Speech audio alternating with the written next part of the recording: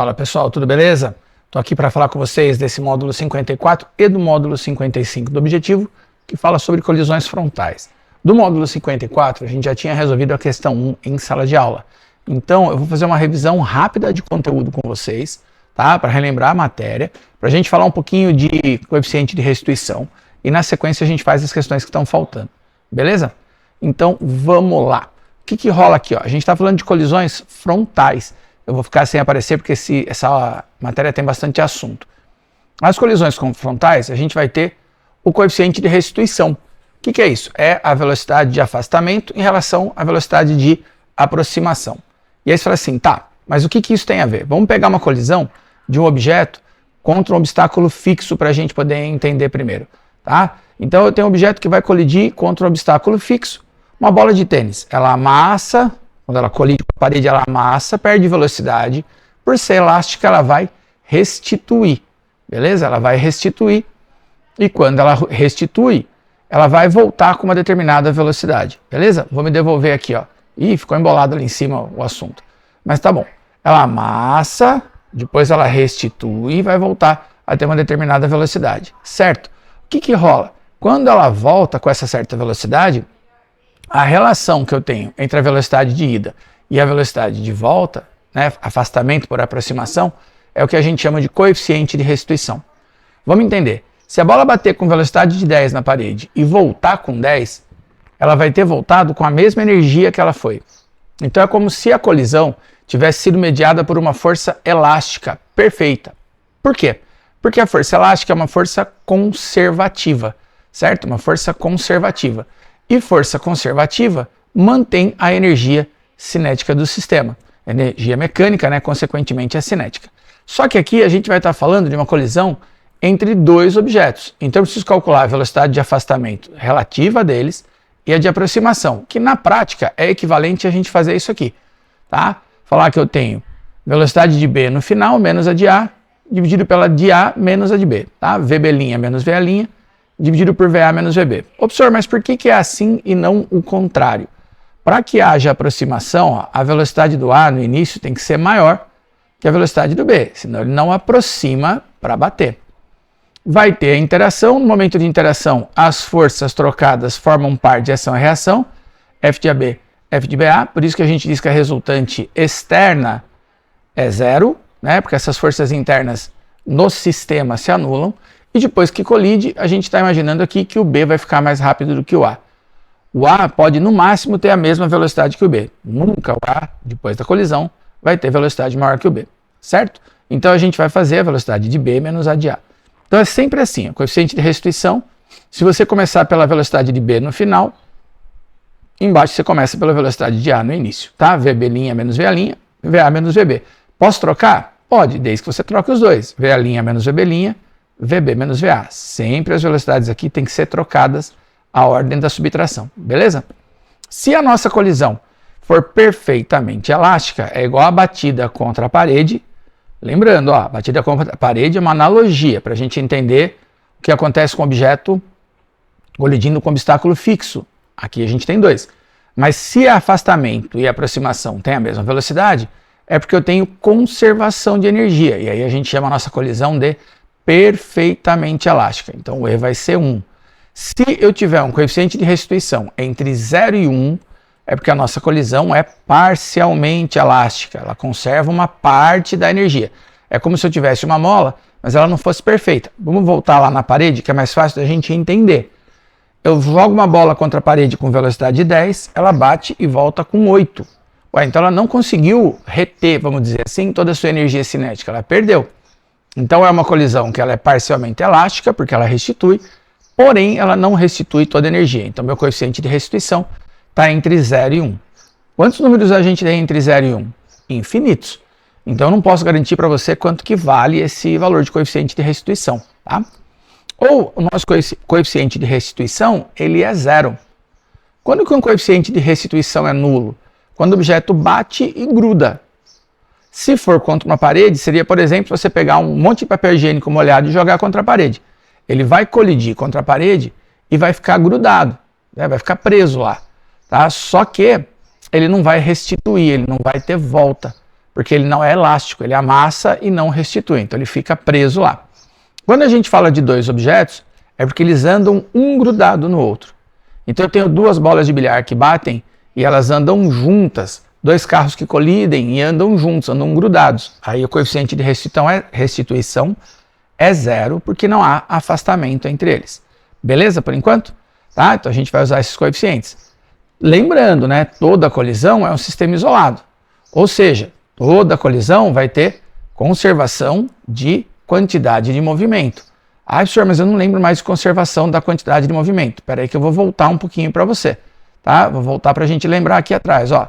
As conservações de quantidade de movimento são sistemas isolados. Então, além daquela parte que a gente viu lá, a gente tem este pedaço aqui, ó, que também é importante para nós. Massa de A vezes VA no final, mais massa de B vezes VB no final, igual a massa de A, VA, mais massa de B, VB antes. Então, a gente vai juntar isso com este pedaço aqui. Beleza? A gente junta as duas teorias. Eu vou fazer uma questão com vocês, ó. Deixa eu voltar para cá. Aí, olha que beleza. Agora eu estou aparecendo para espantar você.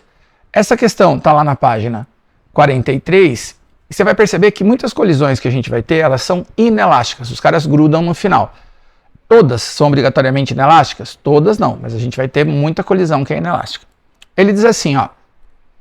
Um veículo A de massa, então vou marcar aqui a massa do A, 1 vezes 10 a terceira quilogramas, trafegava por uma avenida plana, horizontal e retilínea com velocidade de 10. Tá aqui, ó. Tá na própria figura. Então essa aqui é o que a gente chama de, isso vai escrever com marca-texto, isso é o que a gente chama de VA. Então a nossa velocidade A é de 10 metros por segundo antes da batida. É, amigão. VA é igual a 10 metros por segundo. Quando avistou parado à sua frente, outro veículo B de massa, aí a massa de B, 1,5 vezes 10A, terceira quilogramas. Parado. Ué, então o que a gente sabe a respeito disso?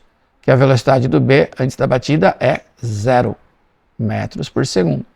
Certo? Muito bom. Para evitar o acidente, o motorista do veículo A pisou fortemente no freio e com as rodas do seu veículo travadas, escorregando no chão, teve sua velocidade reduzida para 5 metros por segundo. Opa! Então, a velocidade do A no começo era 5 e a velocidade final do A, ó, perdão, a velocidade do A no começo era 10 e depois vai ser 5. E colide contra o B, que ainda está com velocidade 0, ainda está parado. Depois de 2,5 segundos. Quando essa velocidade, quando colidiu de modo perfeitamente inelástico. Então, um vai grudar no outro depois da batida. Certo? As perguntas estão aqui do lado direito, tá? Adotando esse G igual a 10, então só vou marcar aqui, se a gente precisar. Desprezando o efeito do ar, determine, letra A quantidade de movimento do veículo A em quilogramas vezes metro por segundo, inicialmente antes da sua colisão. Eu vou fazer aqui, eu sei que meu espaço vai ficar meio restrito para baixo depois, então vou dar uma espremida. Quanto que vale a quantidade de movimento do A antes da colisão? Ué, é a massa do A vezes a velocidade do A. Quantidade de movimento, massa vezes a velocidade. Então a quantidade de movimento do A vai ser a massa dele, 1 vezes 10 a terceira, vezes a velocidade do A antes da colisão. Ó, a velocidade dele antes da colisão é 5, beleza? A velocidade dele antes de bater está aqui, ó, é 5. Tá? Aquela lá é antes de frear, né? Então, vezes 5. Mas tá uma beleza. Então, aqui, ó, essa é 5 metros por segundo. Vamos ver se o azul vai pegar. Bom, 5 vezes 1 é 5. Então, a gente conclui que a quantidade de movimento do A antes da colisão, 5 vezes 10 ao cubo, quilogramas vezes metro por segundo. Beleza? Sem susto, né? Sem novidade, ó. Quantidade de movimento do A. Mais uma pergunta ainda no item A. Em seguida, deixa eu marcar o que ele pediu pra gente, né? Ó, quantidade de movimento de A.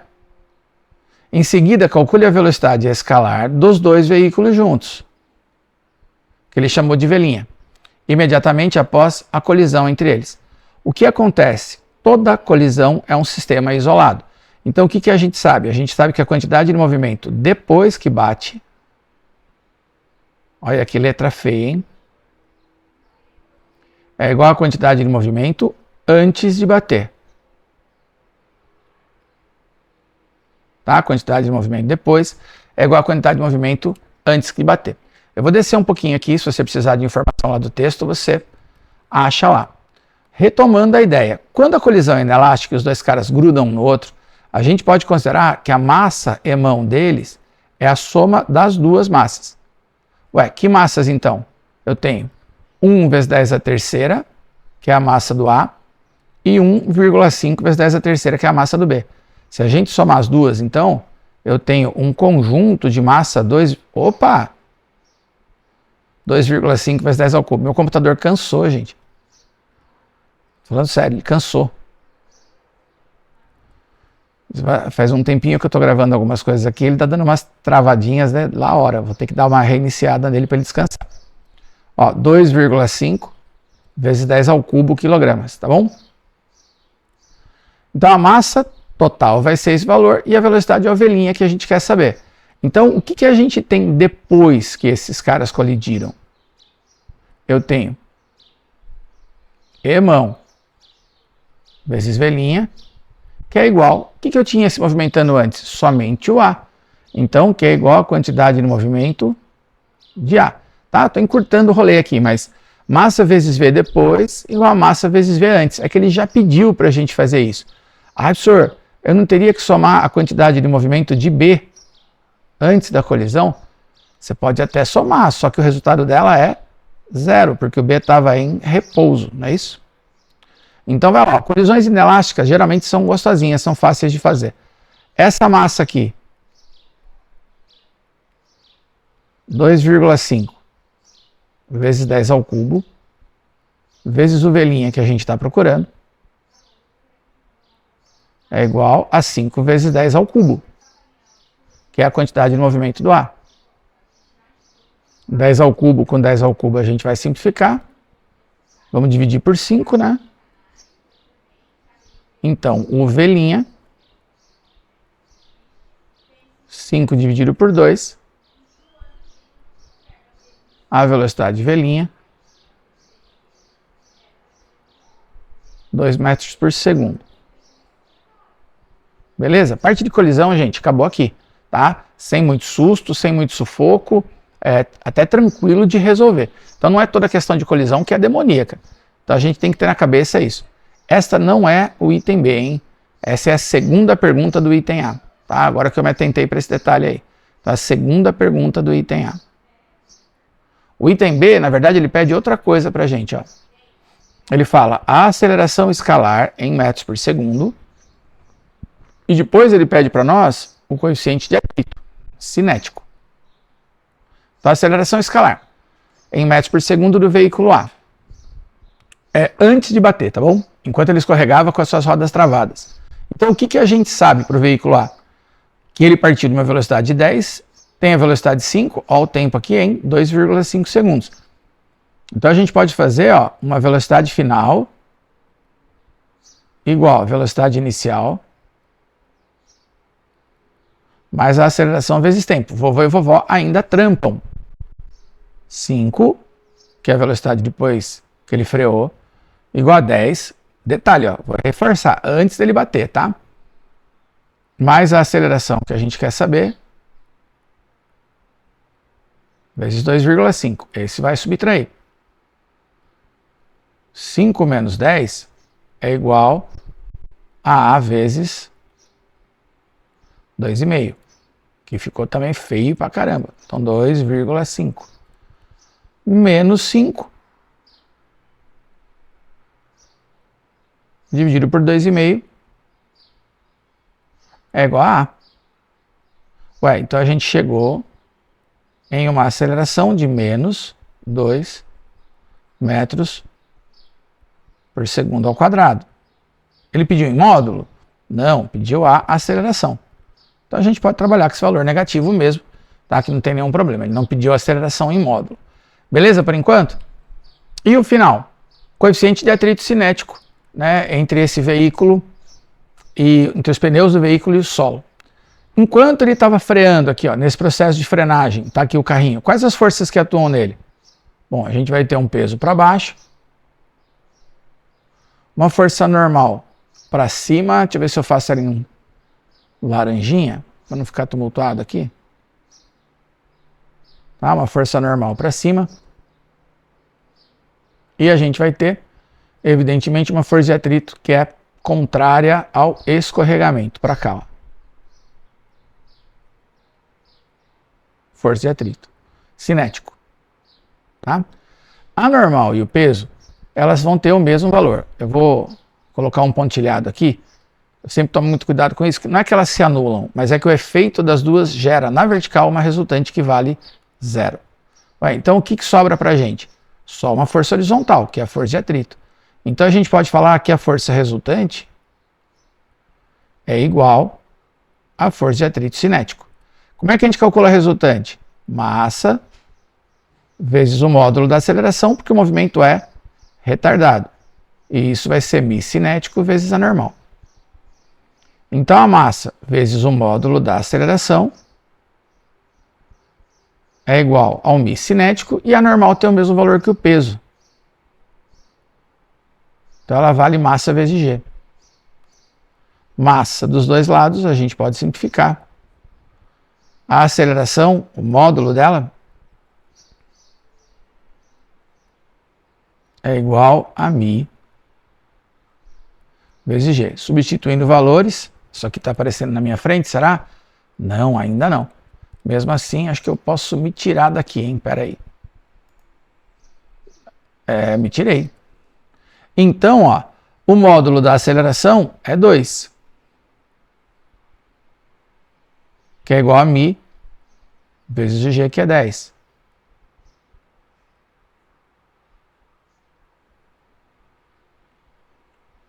Dois sobre 10 é igual a μ. Então, o μ igual a 0,2. Beleza? Tá? Se você precisar, pausa o vídeo agora para você poder anotar a questão, porque eu já vou passar para a próxima. Bom, aqui está a questão 3 da página 44, perdão, que diz o seguinte, ó. Na beira de um abismo, um caçador manteve um tronco de 144 kg escondido na copa de uma árvore para atacar um monstro de 180. Coitadinho do monstro.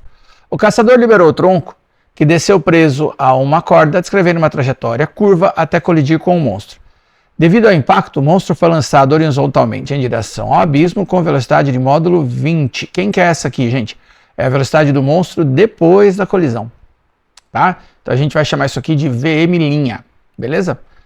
E nesse instante o tronco parou imediatamente. Então a velocidade do tronco no final vai ser 0. O ponto P da figura é o local onde o monstro atingiu o outro lado do abismo. Então eu vou descer um pouquinho, depois se precisar eu subo, se ele me deixar descer. Vamos. Mas deu uma travada. Aí, ó, agora deixou. Tá? O ponto P está aqui embaixo, certo? Pergunta dele. Considerando a aceleração da gravidade com módulo igual a 10, desprezando a resistência do ar, determine ou responda a por quantos metros o monstro desceu, tá? Quantos metros o monstro desceu para atingir o ponto P. Ó, 2 vezes eu enrosquei nesse monstro aqui. Bom, o que que rola? A gente sabe que depois que ele tomou a pancada, que a velocidade do monstro, então, aqui, ó, Vm', passou a ser de 20 metros por segundo, tá? Eu sei que a gente só vai usar isso aí no outro item, mas eu vou deixar anotado aqui. Enquanto, acho que eu vou escrever de vermelho mesmo, ó. Enquanto a velocidade do tronco depois da colisão é 0. Eu vou deixar todos esses erros aí, tá? Para não parecer que a aula na edição fica linda. Então a velocidade do tronco é 0 e a do monstro é 20. Depois que o monstro tomou essa cacetada, para o monstro a gente passou a ter um movimento de lançamento horizontal. Tá? Ele vai ser lançado horizontalmente para frente. Então a primeira parte do nosso problema é resolver esse lançamento horizontal. Eu não gosto de gravar aula por dois motivos. Eu não vejo a cara de vocês. E por mais que eu saiba, né, que isso... Vocês olham com cara de assustado às vezes, eu estou sabendo o que está acontecendo. E o segundo é que a minha letra na mesa digitalizadora ficou horrível. Ó. Quando a gente tem um lançamento horizontal, o que eu sei? Eu separo o nosso movimento por eixos. A gente tem eixo X, um movimento uniforme, e no eixo Y, um movimento uniformemente variado. Então, por exemplo, para a gente descobrir qual é a altura H que ele caiu, eu poderia usar uma equação do eixo X, ou perdão, do eixo Y. Falar assim, ó. No eixo Y, a altura que ele cai, deixa eu tirar esse igual, senão fica parecendo que Y é igual a H e é outra coisa. Ó. Então, dois pontinhos aqui. No eixo Y, ou uma setinha, pronto. H vai ser igual a G T quadrado sobre 2. Tá? Por que GT quadrado sobre 2? Quando o lançamento é horizontal, a velocidade inicial do eixo Y é 0 e a gente adota a altura Y para ser 0. Olha as equações que a gente tem de lançamento horizontal quando a gente fala de eixo Y. Bom, o G a gente sabe que é 10. Ele deu aqui, ó. Tá, o G é 10. O que falta? O tempo. Aonde que a gente vai descobrir esse tempo? Bom, a gente vai descobrir esse tempo no eixo X. Por quê? Durante o lançamento, enquanto o objeto vai para frente, ele cai. E aí no eixo X a gente só tem uma equação. X é igual à velocidade inicial do eixo X. A velocidade inicial do eixo X é o próprio Vm' vezes o T. Em que o X são os 36 metros que a gente tem aqui. Tá? Enquanto ele vai para frente, ele cai. Ele andou 36 metros para frente com uma velocidade horizontal de 20, que é o que ele adquiriu depois da colisão. Então 36, que é a distância que ele percorre, é igual a 20 vezes T. 36 dividido por 20 é igual a T. Então, quanto tempo ele andou para frente? 36 dividido por 20, 1,8, né? 3,6 dividido por 2. Tudo bem, pessoal? Tá? Depois que ele tomou a pancada e adquiriu velocidade horizontal, para a direita e para a esquerda não tem mais ninguém empurrando ele. Por isso que no eixo X o movimento é uniforme. Bom, e agora? Agora a gente consegue determinar quanto que é o H, porque o H vai ser 10, que multiplica o tempo, enquanto ele foi para frente, ele caiu, 1,8 ao quadrado sobre 2. Então o H vai dar 10 vezes 1,8 ao quadrado dá 3,24. Dividido por 2. 34,2 dividido por 2 dá então uma altura de 16,2 metros. Aí como ficou feio esse 16 aqui. Mas acho que deu para sacar, né? 16,2. 16,2 metros. Beleza? Letra A, acabou. AB. Qual o valor do coeficiente de restituição da colisão entre o tronco e o monstro? Como é que a gente acha o coeficiente de restituição? Bom, o que a gente vai ter é que fazer a velocidade de afastamento dividido pela velocidade de aproximação. Ó. Lembrando, essa cena que eu desenhei aqui, ó, é o que a gente tem depois da colisão. O que a gente tinha antes da colisão? Antes da batida? Agora começou a apagar, apaga tudo.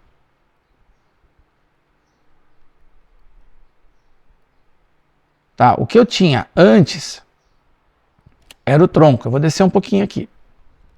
Vindo com uma velocidade que eu não conheço, quanto que é. Ele vem com uma certa velocidade aqui, que a gente vai chamar de VT, que a gente deseja saber, e que vai bater no monstro. Gente, na lousa, meu monstro já ficaria ridículo. Então imagina aqui. Deixa eu ver se eu faço ele de uma corzinha não vermelha, né? Ó, fazer de azul. Então o nosso monstro que está aqui assim feliz, patinha, a outra pata dele, tá? Aqui, cabeça, a garra para cá, outra garra para cá, enfim. Ele estava aqui parado. Então a velocidade do monstro era 0. que acontece? A gente sabe que a quantidade de movimento depois tem que ser igual à quantidade de movimento antes, ou quantidade de movimento final igual à quantidade de movimento inicial. Fenômeno unidirecional, que é o caso desse daqui, é mais fácil da gente resolver. O que eu tenho depois? Eu teria a massa do tronco vezes velocidade do tronco depois, mais massa do monstro, vezes velocidade do monstro depois, massa do tronco, velocidade do tronco antes de bater, massa do monstro, velocidade do monstro antes de bater. Ó, dois desses termos são zero. Este aqui, tá, que é zero, eu vou pôr um zero para cá só para não riscar em cima do outro, ó. Porque a velocidade do tronco depois que bate é nula. E essa aqui, ó, é zero. Porque a velocidade do monstro antes de bater é que é nula. Ué, então o que está sobrando para a gente? Massa do monstro, 180 kg, está lá em cima, ó, vou subir. 180 kg, depois eu volto aqui, tá? Para ficar mais fácil você anotar. Vezes a velocidade dele depois que ele levou a pancada, é 20. É igual a massa do tronco, 144, vezes a velocidade do tronco. Beleza? Vou descer um pouquinho. Se o meu software deixar. Deixou. Então aqui eu vou ter, ó, 180 vezes 20, 3.600. A gente vai dividir por 144. E aí a gente vai encontrar a velocidade do tronco. Vou tirar essa seta daqui. Pronto. Vai dividir, né? A velocidade do tronco, então, depois que eles colidem, 3.600 dividido por 144, você fez a conta aí? 25 metros por segundo. Não era isso que ele queria ainda. Ele quer o coeficiente de restituição. Mas o coeficiente de restituição, ó, é a velocidade do monstro depois, menos a velocidade do tronco antes. Né? O monstro que adquiriu velocidade, inverte a ordem. Velocidade do tronco primeiro, menos a velocidade do monstro antes da batida. Se a gente inverter, desde que inverta as duas, o resultado vai dar a mesma coisa. Então o E daria 20 menos 0, velocidade do monstro menos a do tronco depois que bateu, dividido pela velocidade do tronco, que a gente acabou de descobrir que é 25 menos 0. Então o nosso coeficiente de restituição, ó, 20 dividido por 25. 4/5 ou 0,8. O que a gente tem aqui? Uma colisão parcialmente elástica. Beleza? Tá? Uma colisão parcialmente elástica. Vou fazer a resolução das outras questões da 4 dessa aula e do módulo 55 num outro vídeo, para não ficar vídeos muito longos, tá bom? Até já!